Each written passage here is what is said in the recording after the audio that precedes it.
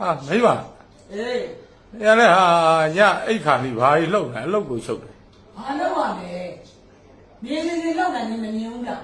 အေးလေငါတို့ဒီအိမ်မှာမြေကြီးတိုင်းနဲ့ဆက်လည်းမရှိဘူးနော်ဘသူမှလည်း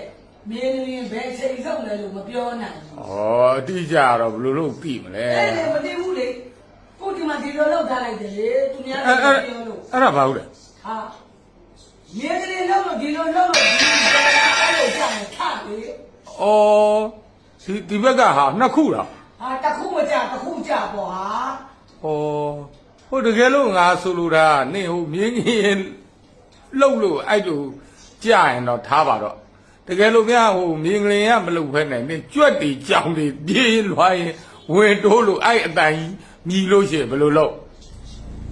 ကြောင်တိုးလေဂွမ်ဆိုထကျွက်ကတိုးလို့ဂွမ်ဆိုလဲထအောင်မိုးလဲထလင်းလဲထနော်မြင်းကလေးတိုင်းတဲ့စိတ်နာမည်ကိုဒီလိုပေးလိုက်ဟုတ်တယ်ဂွမ်ဆိုရင်ထဆိုပြီးတော့ဂွမ်ဆိုထနော်ဒီမှာဒီအတန်ကဂွမ်ဆိုအောင်မိုးထတော့တကားကိုဖွင့်ဟိုမှာထောက်ထားတဲ့အထုပ်တွေကိုယူဟိုမှာစာရက်စာတန်းတွေယူဘာမှမပြောတဲ့အဝစားတော်မှာပါချစ်လို့ထွက်ပြေးမင်းကနံပါတ်1ကားလေးကိုဝင်ဆက်လို့ပြီးတော့တိုက်နေလွတ်တဲ့နေရာကိုကားကိုမောင်းထုတ်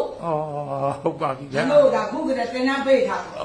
ဟုတ်ပါပြီဂွမ်ဆိုရင်ထဂွမ်ဆိုထအေးဟုတ်ပြီတောင်းတိုးလို့ဂွမ်ကျွတ်တိုးလို့ဂွမ်ဆိုတာလည်းထ